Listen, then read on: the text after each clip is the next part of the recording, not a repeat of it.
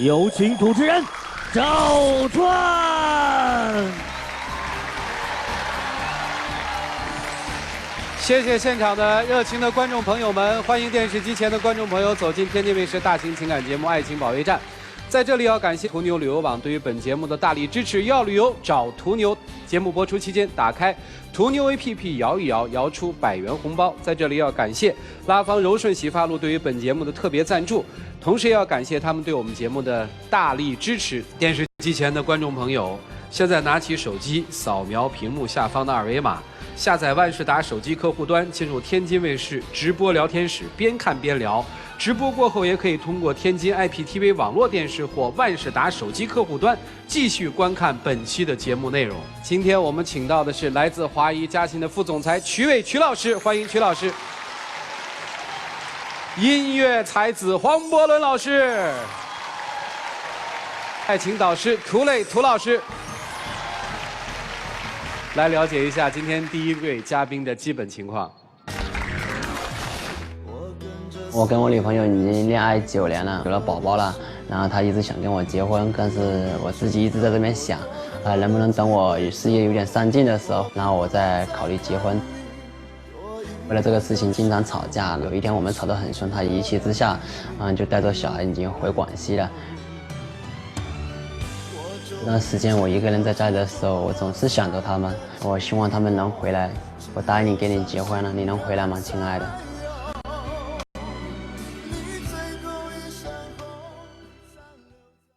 这是一个男人从心底发出的说：“你快回来。”女生能回来吗？女生为什么又离开呢？掌声请出这一对来，掌声有请。男嘉宾小王，32岁，来自江西个体户；女嘉宾小琴，30岁，来自广西待业。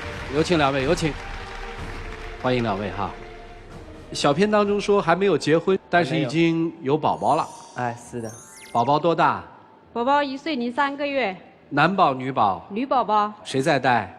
我在带。哪年认识的03年是通过 QQ 认识的，那时候是网恋，稍微接触了一下，没有说具体说我追他。06年开始确定恋爱关系，他是广西的，我是江西的，然后我去那边找他的，后来就一起出去打工了，然后这样子，然后时间长了，坚持了1年多，我才把他追到的。哦，这2个人这么算来，也有9年左右的感情了哈。为什么一直不结婚呢？又有小宝宝。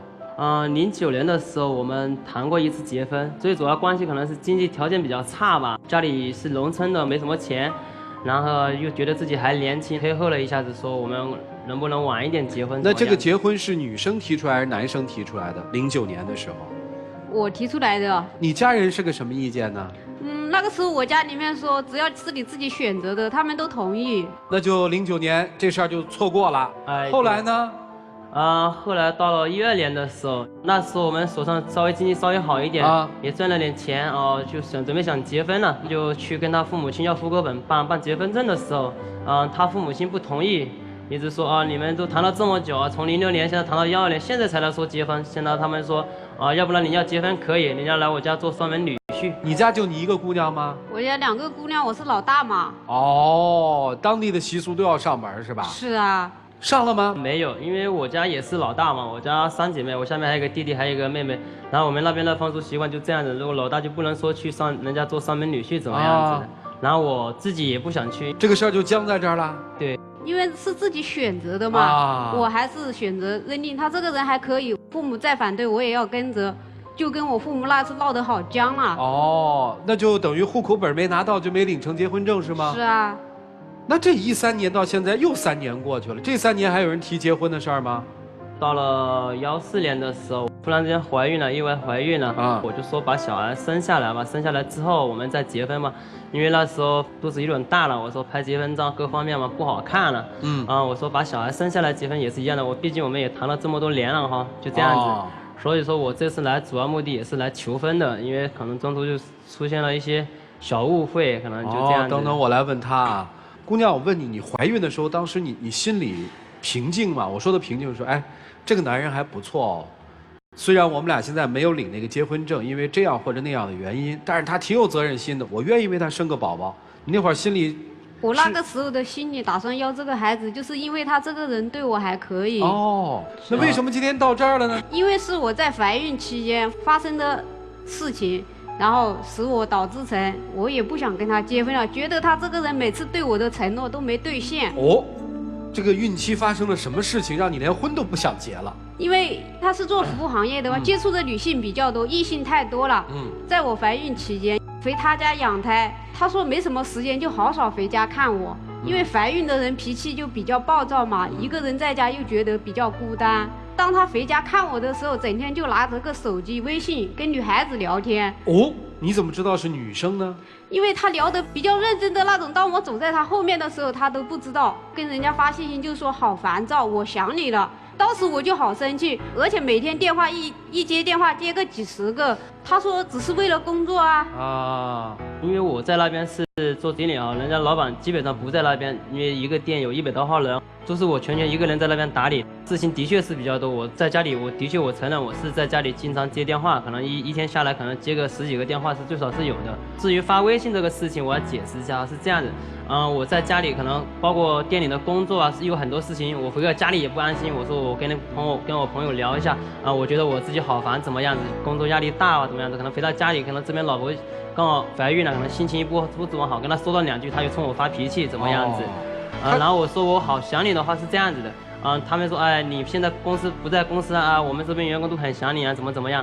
因为是单个跟我发的，说我就顺便回了一句，我说我也好想你，就刚好被他看到了。这个其实是一个很大的误会。那你应该说我也好想你们呢，不是好想你，咱们就当它是个误会吧。除了这个，你还发现什么了？还有跟他在一起的时候，就半夜的时候，人家打个电话叫他出去 KTV 玩，他半夜3更告也不会告诉你，他也会跟着他们一起去玩啊。哦，是同性朋友叫他去，是女性朋友。你为什么要去呢？她怀着孕，你陪陪她不就完了？你不是回家就是为了陪她的吗？没有，只是那时候好久没见的朋友，可能打个电话过来了，不是说出去聚一下怎么样子？可能刚好又到家我说这么晚了你就先睡觉吧，我先去玩一下这样子。我也跟他说过，然后他也不能理解，他说你玩就玩嘛，一玩就玩到个2、3点、3、4点。毕竟大家是年轻人嘛，可能就 K 一下歌之后，然后吃一下宵夜。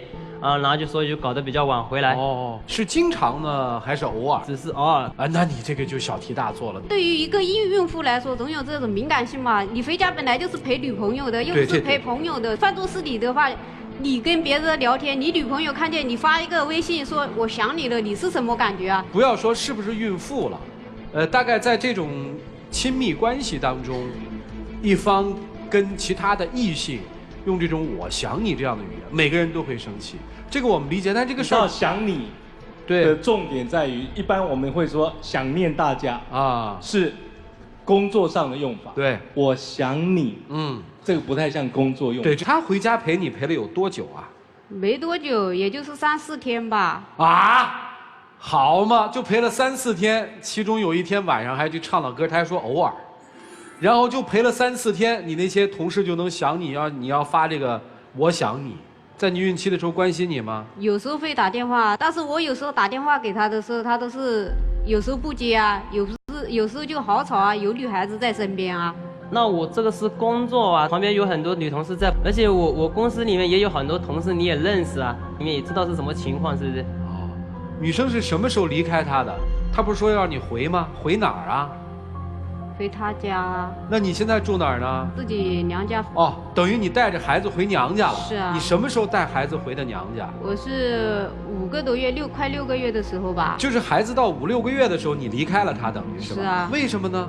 就是有一次我里面有个女员工吧就生病了，发烧了。就40度左右，可能就感冒的比较严重，然后也是个外地的我去照顾了一下他，然后我背着他去看病的，大概2天吧，我就一直陪他打完针，然后打完针就把他带回来，然后我没有告诉他，我就怕他误会嘛，然后经过我的同事传到他耳朵里面，我也不知道我同事是怎么跟他说的，他那时候听到就特生气，然后就跟我吵了一架，吵得好凶好凶。你同事病了，你背他去看病，还照顾他2天。对，送一下饭啊。你老婆怀胎10个月，你一共陪了3、4天，偶尔还要去唱个卡拉 OK， 这老婆是会生气的。这事儿你怎么知道的呀？因为我是通过他公司里面的同事告诉我的。他说你男朋友在这里跟那些女孩子还蛮有女人缘的嘛。他说这里女孩子感冒了，还背她去打针，还陪她2天。他说还有女孩子给他洗衣服，端饭给他吃。他说什么？哎呀，对他还是蛮好的哎。这谁听了谁受得了啊？啊，是有人给你洗衣服吗？哎，对，这个我承认啊，是这样子的，不是说单单一个女孩子给我洗衣服的，是我看到有女孩子在那边洗衣服的时候，我就赶快把衣服提过去，因为我男生可能不太怎么会洗嘛。我只要看到谁在那边洗衣服，我就赶快提过去，顺便帮我洗一下。哎呀，你这经理做的太像周扒皮了，衣服都让人洗啊！因为他不在那边嘛，因为我那时候当时我女朋友不在那边，在家里嘛哈，我一个人在那边，肯定我是男生的话，洗衣服可能不太怎么会洗。也就是说，看来你在女员工的心目当中，这个地位还挺高大的，对吧？还好吧。就是因为这事儿，你就走了。听见这样的事，他又没告诉我，所以我带孩子就回家了。我不是为了这个事情，不是也辞职了吗？你也知道，我从一个服务员开始做到一个总经理，我容易吗？我辛辛苦苦经营了，整整在这个公司经营了7年，我还不是放弃了我所有一切。你什么时候辞职的？就是他回去的时候，回去的第1个月我就辞职了。你就为了找他你就辞职了？哎，对。然后呢？然后我现在自己创办了一个传媒公司。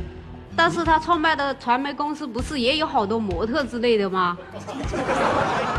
好像感觉更严重。对，咱们接着听啊。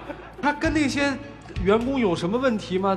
穿比基尼的模特跟他照相发在朋友圈里面，肯定看起来就不舒服了。哦，你现在是觉得这男人不靠谱了是吧？是，如果他这样子的话，我宁愿一个人带个小孩子，我也不想这样子过啊。你爸妈的意见是什么？随便我自己怎么选择。哎，你还别说啊。他有自己的想法和主见，他不是说你好不好，因为我给你生了一个孩子，我就要忍气吞声，他是讲求自己的感受的，宁可不嫁也不乱嫁，是这意思吧？是，我会娶她的，我希望你能原谅我，如果你能回来，我一定会对你比以前会更好的。你承认从怀孕开始到这一段，你对她不好是吧？哎，对。那你有没有对她不忠，像她怀疑的那样，确实出了问题？没有。确实没有，确实没有，只是我这个人可能性格比较开朗一下啊，可能就会偶尔跟异性朋友开玩笑，怎么样子？哦，那接下来应该怎么办呢？我们一起听听老师们怎么说。丘比特问卷。男孩，在她怀孕期间，你肯定是有一些暧昧的这种举动了。至于不忠，可能还没到那一步，但是至少在那段时间里头，你没有尽到自己一个丈夫的责任，在如何处理异性朋友方面。你是做的非常不到位，即使你再换一个工作的话，只要有异性存在，如果你的责任感这点不增强的话，问题依然还会发生。如果你真正让这一点成熟起来的话，再去看对这个女孩你有多少亏欠，有亏欠，现在就要道歉。女孩其实就是一句话，如果你她心里还有爱，如果真是还有那么点希望，这个男人所做的行为还是可以让你去原谅他的话，我倒建议可以给他一次机会，也是给自己一次机会。但如果明确了双方的这个发展关系的方向的话，那第一步就一定要去领结婚证。我想到一首非常经典的西洋歌曲，它的歌词是说，在我最需要的时候你离开我了。我觉得就是你的女朋友的心情。你知道女人怀孕是她最脆弱的时候，但是我们也不希望孩子活在父母互相不相爱、互相猜忌的环境下，其实对孩子更加的不好。所以我觉得你们父母成人要好好的沟通，要给这个孩子一个幸福的未来。我们说不求而得，往往求而不得。就像你，刚开始他来到你身边，你没怎么去征求，你获得了。现在你失去了，你在这儿反反复复的求，你未必得得到。但反过来，求而不得，往往又不求而得。就像女生，一直求着要结婚，一直求着要结婚，哎，你不结，今天我不求你了，她跪着下来说我要结婚。所以说人就不知道为什么要这样翻来覆去、翻来覆去的呢？其实就是一个道理，人只在乎我为之付出了的东西，我绝对不会在乎那些我没有付出而得到的东西。但事实上，这个世界上感情也好，亲情也好，空气也好，水也好，全是免费的。我们轻而易举地获得了，当我们失去的时候，就很难再获得。其实我觉得女生是走晚了，应该早走。你在最开始第一次她说不愿意跟你结婚的时候，你就应该走，因为她没有付出任何的东西，她怎么可能会在乎你呢？那么有孩子，让孩子来拴住一个男人，就是更大的错误。所以说，人永远是这样的，你不付出而获得的东西，你就不会在乎；你为之付出了的东西，付出了汗水的东西，他就会去在乎。我不相信男生说他能够做得到你要求他做的任何一点。你让他关掉公司也好，你让他怎么样也好，我不相信他会关掉，因为他付出了努力。但是对于你，他没有付出，所以不可以侵扰了他。你可以再拖他一段时间，让他感觉到空空的房子的味道，要让他感觉到以前3个人在一起其乐融融是一种幸福和快乐，现在怅然若失会让他非常难受，还得熬他一段时间。女生，你考虑一点就好了。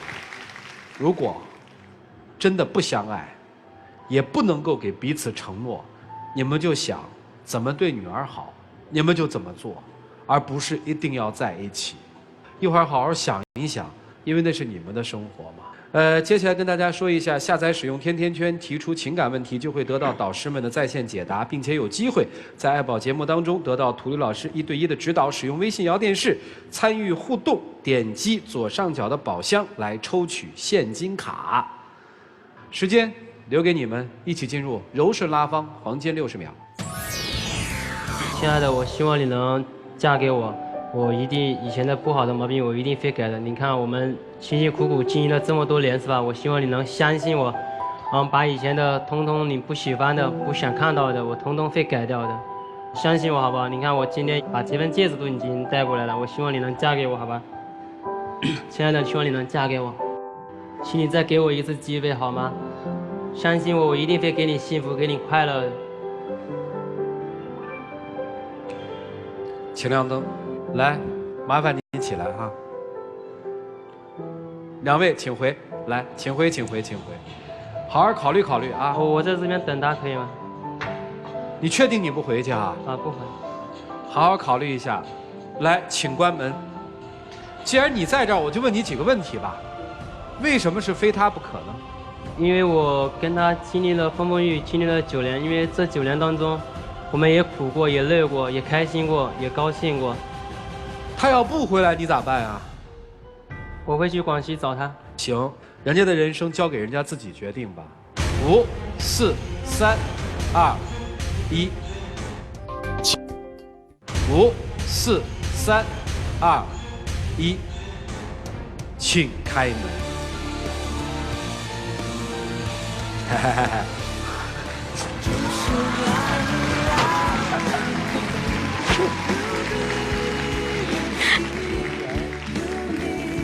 嫁给我。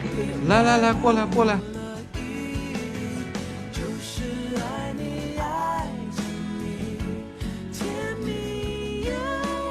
好好对人家啊，能吗？能。行吧，来，有请我们的小花童，有请。还有个戒指，幸福在一起吧。啊。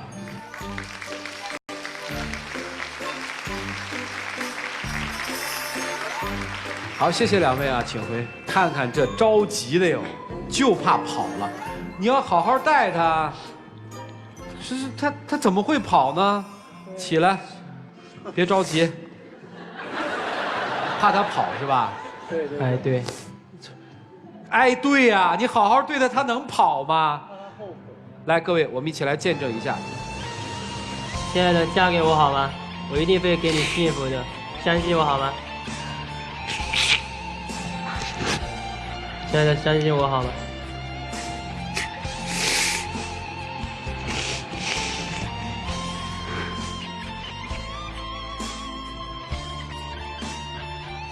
在这里要感谢途牛旅游网为本节目成功复合的嘉宾朋友提供的500到3000元不等的旅游代金券，你们自己喊开始，自己喊停，好吗？来，开始，停。哦，好，恭喜3等奖2000元的旅游的代金券基金。你为什么哭成这样啊？因为这么多年的感情了，他这一次真的是蛮诚恳的，希望他以后处理异性朋友关系处理得更好吧。所以人家说，女人有的时候胸怀和胸襟真的很大，男人哦，要对得起自己的女人，好吗？好，祝你们幸福，两位请回吧，谢谢。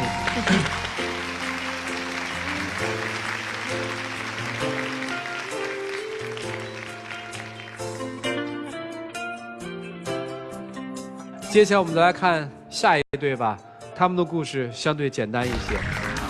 从大学到现在，起初我们的感情很好，别人都很羡慕我们。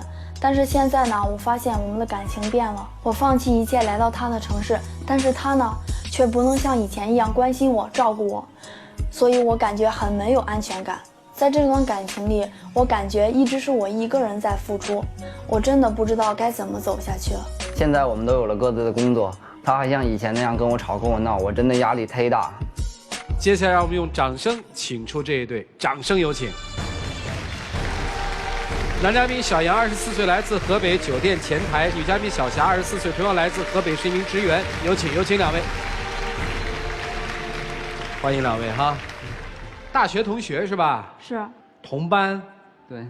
大一就开始谈还是大几谈的？大二。谁追的谁？我追的他。大一开始，刚开学的时候嘛，第一眼就看上他了。一开始他还不同意，然后慢慢的吧，一点点的，到大二开始，才算是正式同意、正式交往的。我们就是在大学那几年嘛，感情一直都很好，同学们都很羡慕我们。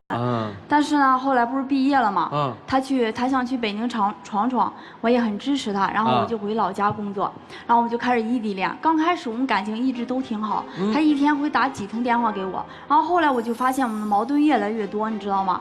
然后我想不能这样下去了。当时我父母不同意我去找他，但是我想，爱情嘛。肯定有一个人牺牲一些，我说我去找他吧，我就没有顾及我父母的反对，然后来北京找他。但是去北京之后呢，我就发现和我想的不一样，对我特别冷淡，然后我也特别没有安全感，我就不知道以后的路应该怎么走了。他怎么对你了？他每天电话也不接，微信也不回，我不知道整天在忙些什么。这个是有原因的，因为我现在正在这个，就怎么说呢？我在前台嘛，我上层经理对我比较看好。说如果我表现可以的话，是会对我有提升的。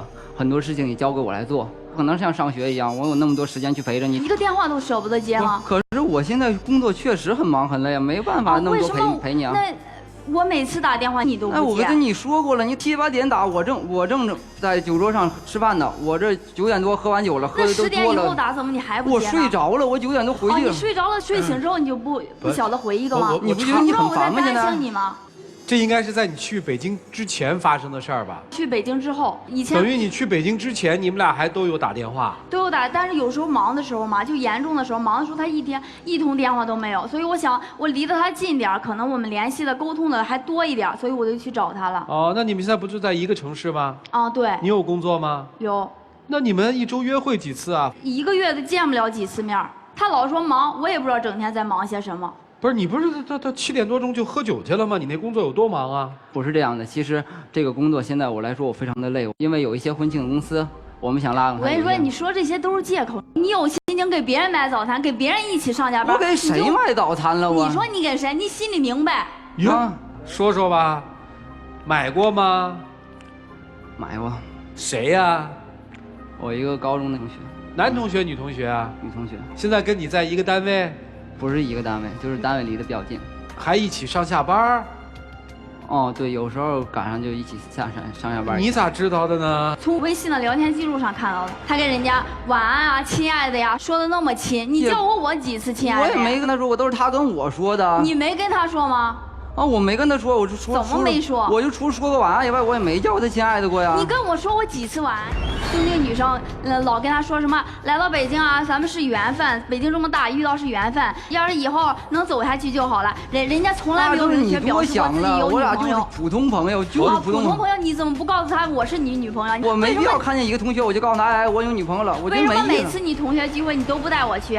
还有你为什么不把我带到那个女生面前？你上次吵着要跟打架去，我怎么带你去啊？我怎么可能跟人家打架啊？今天为什么来这儿啊？谁要来这儿啊？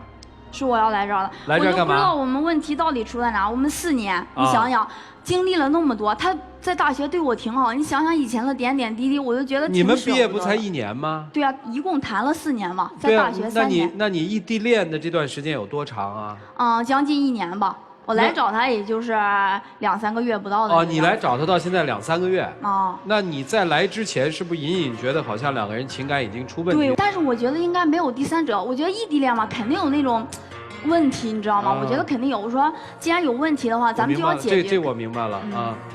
你来这节目是来让老师们帮你们查找问题。对对对，我是想到底我们应该怎么走下去。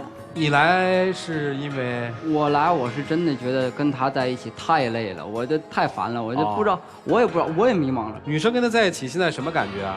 有点恨他，你知道吗？我一想到他和那个女生，我心里肯定那火肯定烧得特别旺啊！根本都没有的事儿，没有能让我们查到吗？为什么查到？你总没事翻我手机，你想太多。哦，我是你女朋友，翻一下你手机有罪了是吧？你不觉得你这样很没意思吗？怎么没意思啊？你整天翻我手机，你的以前我抱着你手机玩，你也没说几句话。哎，年轻人，你们在大学的时候不这样争吵吧？从来不是，我是本来脾气有点暴嘛，然后我在大学我就爱发脾气，但是人家从来没有冲我发脾气，要么就哄着我，要不人家就躲得远远。现在呢，给我吵，你知道吗？喊的声音特别大。你现在的工作顺利吗？就是一个普通的职员。满意吗？一般没有特别满意，我就想找他诉诉苦，找不到人根本就。那就是说你们俩现在基本虽然人在北京，但是不约会。对。男方就说你很忙。你一天要上几个小时的班？8个小时左右。为什么不能去看他呢？下班以后。我懒得去。哦，你不是说你忙，是懒得去看他，是这意思吗？他太烦了，我没办法，一见面就开始吵架，我受不了了。那为什么不跟他提分手呢？我跟他在一起这么长时间，我不舍得跟他。那你又嫌他烦，你又不舍得跟他分。他以前不这样啊。我变成这样都是因为你知道吗？你不能给我安全感，所以我才跟你。我给不了你什么安全感，我人都在这儿，你还要什么安全感？我能说这样吗？停，你离开家到北京跟他商量过吗？商量过。他怎么说？他说你要是来北京肯定照顾不了多少你，然后你父母又不同意，你再好好想想吧。其实他也不特别支持我来北京。他不支持你来，是你自己愿意来的。对。那你在北京住的房子谁帮你找的呀？他找的。那从常情和常理来说，应该跟你住的比较近才对啊。没有。为什么安排那么远？因为我在住宿舍，我不想把他安排忒近了。你为什么不想把他安排近呢？好奇怪啊！因为我来这公司有很多同事啊，很多朋友啊，或者别的领导啊，我不想让他们看见这样，我觉得不好。你是不是在单位里面实际是一个隐藏了自己恋爱的这么一件事儿？你告诉我。就是隐藏，他从来没有给别人说过。是还是不是？是。为什么呢？为什么要隐藏恋情呢？我不想说。好吧，我也不再问了。老师们，难题留给你们，丘比特问卷。我觉得你的心一定是不在他身上。之所以还没有说出说我们分开嘛，你是怕担责任。如果说你明知自己的心已经不在，还和人家不明不白的以这种关系在相处的话，你是无数次的伤害的。所以我请求你，如果你真是念旧他曾经给你的爱，或者你们曾经拥有的那段美好的时光，给人一个痛快，不必隐瞒什么，谁都不傻。我不想。但是，你真不想隐瞒吗？我不想隐瞒什么。欲言又止，每次的逻辑又都不一样，到最后才逼出了这个问题。我见着就烦。如果说今天到这里能让你真正的敢于面对一次自己的内心感受的话，我觉得是这个舞台给你的一个价值。而在这个舞台上，我希望你可能会说出2句话，一个是对不起，另外一个可能就是再见。我觉得这才是真实的感觉。男生，那我现在问你一个问题，你从什么时候开始对他觉得烦？他来北京以后吧，就我，因为他紧紧的黏着你吗？对，因为他总查我岗啊，就跟我就有一种做贼那种感觉的时候，就感觉可烦了。你有背叛他吗？通常说回答的时候看右下角的地板是说谎，你有背叛他吗？你又看左下角的地板，你有背叛过他吗？没有。他闭着眼睛说没有，因为他现在决定不看左下角，也不看右下角哈。我来说一下女生好了，女人非常在乎安全感。当她觉得你变了，她常常提到大学时代你对她多好，不过女生，我想跟你讲哦，人都会变的，最重要的是两个人要一起成长。我觉得他有成长，但你没有。你把所有的重心都放在他身上，可能你的工作也不怎么样，你也没有成就感，所以你更加依赖他，你每天去烦他，去找他。我觉得，如果你真的没有背叛他的话，你可能是想为自己留下一个余地，在公司好好的发展，对不对？我现在最后一个问题，男生你变心了吗？我应该没变心吧，我不确定。他说什么？他说我应该没有变心吧？他问我们呢。我心里没有别的女人，现在。你不要问我们好不好？我现在心里没有别的女人。你还爱他吗？应该还爱吧。女生，你相信他吗？我不知道。如果你让自己忙一点，自立自强一点，也把自己照顾好，不要把全身的重心放在他身上，让你们两个越来越恶化。你可以做到这一点吗？我觉得，除非你们两个开始一起成长，否则你完全倾斜在他身上，然后到处追查他的行踪，然后到处不放心他所有的事情，我觉得你们不会好的。如果他能够回到当年在学校那3年的时候那个样子，你还爱他吗？你觉得他为什么会变成今天这个样子？我不知道啊。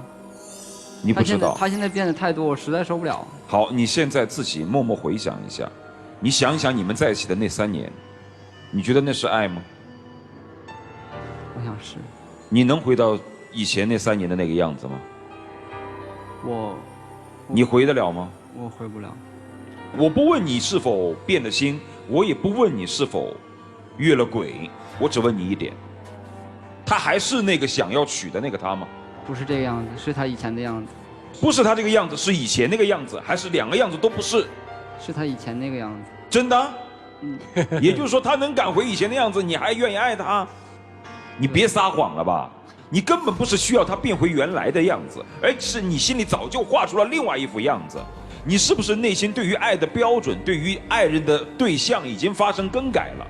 可能是我自己内心变化，我自己也不知道。我就不相信一点，就即便是说你们那3年在一起很相爱，我不相信你们那么愿意分开，舍得分开。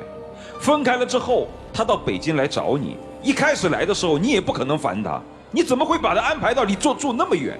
这根本就不合乎常情常理。2个人分开了这么久，我也没办法呀。有什么没办法？他刚来找你的时候你就烦他吗？我不想让他离我那么近。为什么呢？我想有我自己的空间，我可以跟朋友，我可以。那你就是已经讨厌他了吗？这不显然吗？人的本能就是我那么长久的分开，我就愿意跟他在一起，时时刻刻在一起，即便他烦，只要他闭嘴，我都还是喜欢他闭嘴的样子。你居然要把自己心爱的人安排的离那么远，你不就是讨厌他吗？你为什么不愿意说出来呢？所以说你这点很让人着烦，你知道吗？你要么索性今天你就直接跟他说，我真的我没有变心，我也没有出轨，但我就是不喜欢你了，我就是不爱你了，你别让他有一分念想，不要说些那些假惺惺的话。女生，你应该回你的河北去，你已经不是他心里的那个他了，他心里根本就没有你，你贴那么紧干什么？他都觉得烦了，你不烦呢？行吧，就这样吧。男生，你应该正视你自己；女生不正视这个问题，我可以理解。玩命喜欢一个男人，今天他要走了，我怎么可能正视这个问题呢？我对女性的这种不能直面情感的最终落幕，我可以理解。但是我觉得对一个男人，我真的不理解，太虚伪了。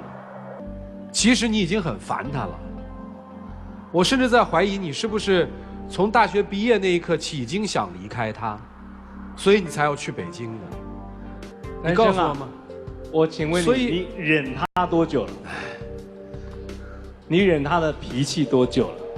那要从刚开始大2时候就开始了。你看，所以大2就开始。对，所以其实大家都有谈过恋爱，都知道怎么回事。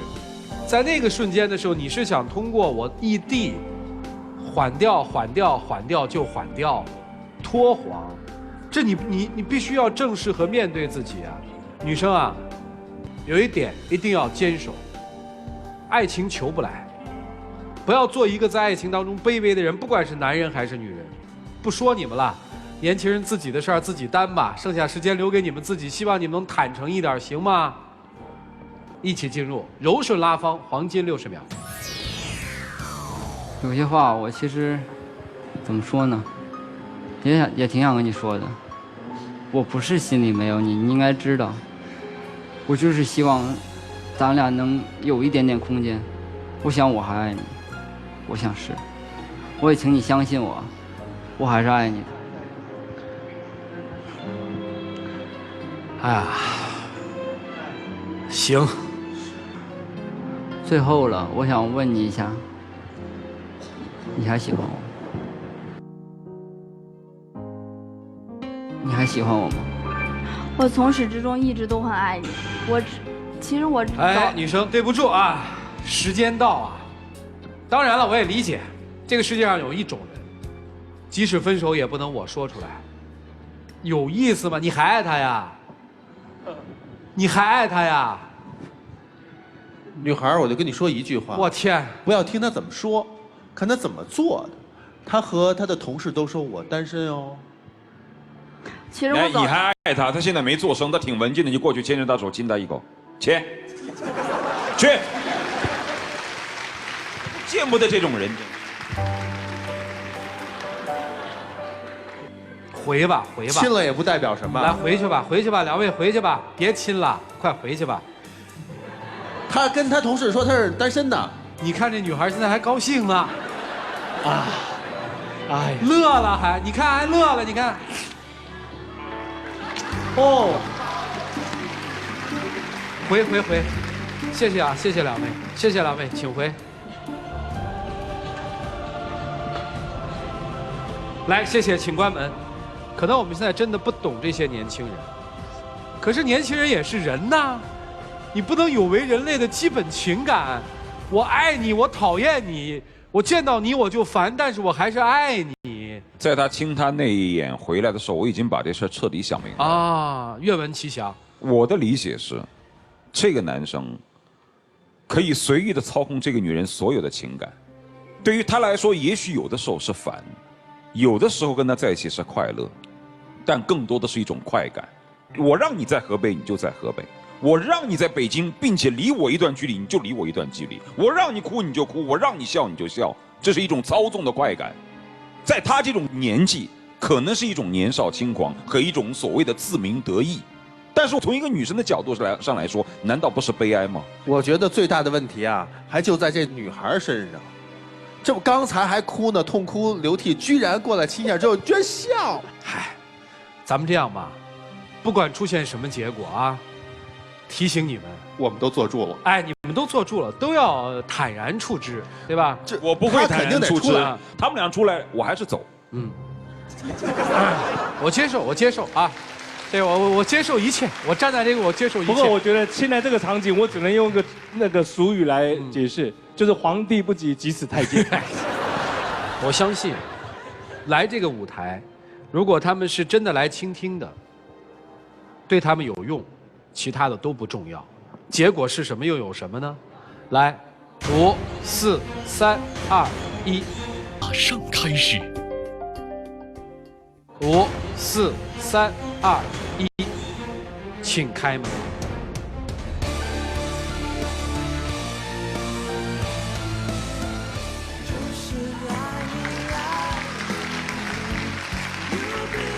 我爱你，我觉得是爱你，我心里就是。哇塞！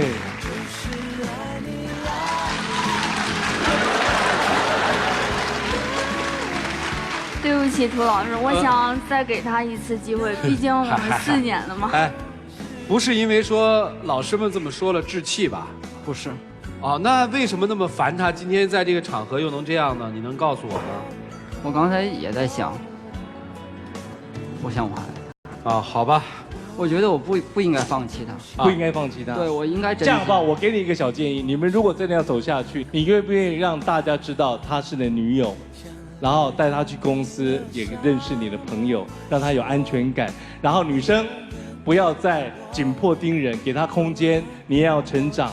我觉得不要用嘴巴去气死对方，我觉得你们会改变的。我祝福你们。谢谢老师。谢谢老师。来，有请我们的小花童，有请。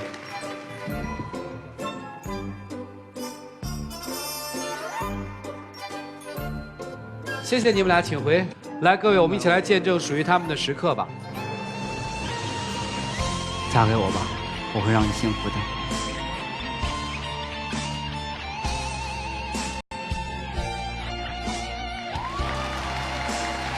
老师，真的谢谢你们。其实真的，我们来之前，我们真的不知道该怎么去面对。如果他们这一瓢水把你们给浇醒了，也挺好的。谢谢老师们啊！来，请亮灯，请亮灯。来，我们还有礼物呢啊！在这里要感谢途牛旅游网对于本节目的大力支持，他们会给成功复合的嘉宾朋友提供500到3000元不等的一个旅游基金。你们自己喊开始和停。开始吧。开始。停。啊，不错不错，恭喜恭喜，2000元的这个旅游基金啊！谢谢你们俩，请回，祝幸福啊！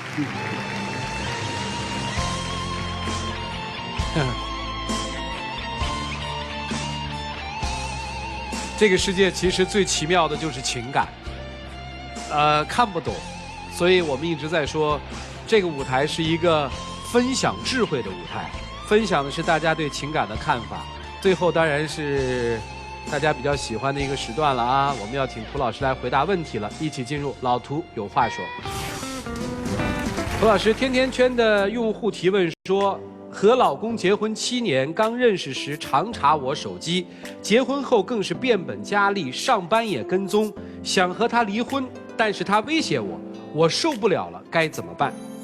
精彩节目稍后继续，精彩节目马上开始。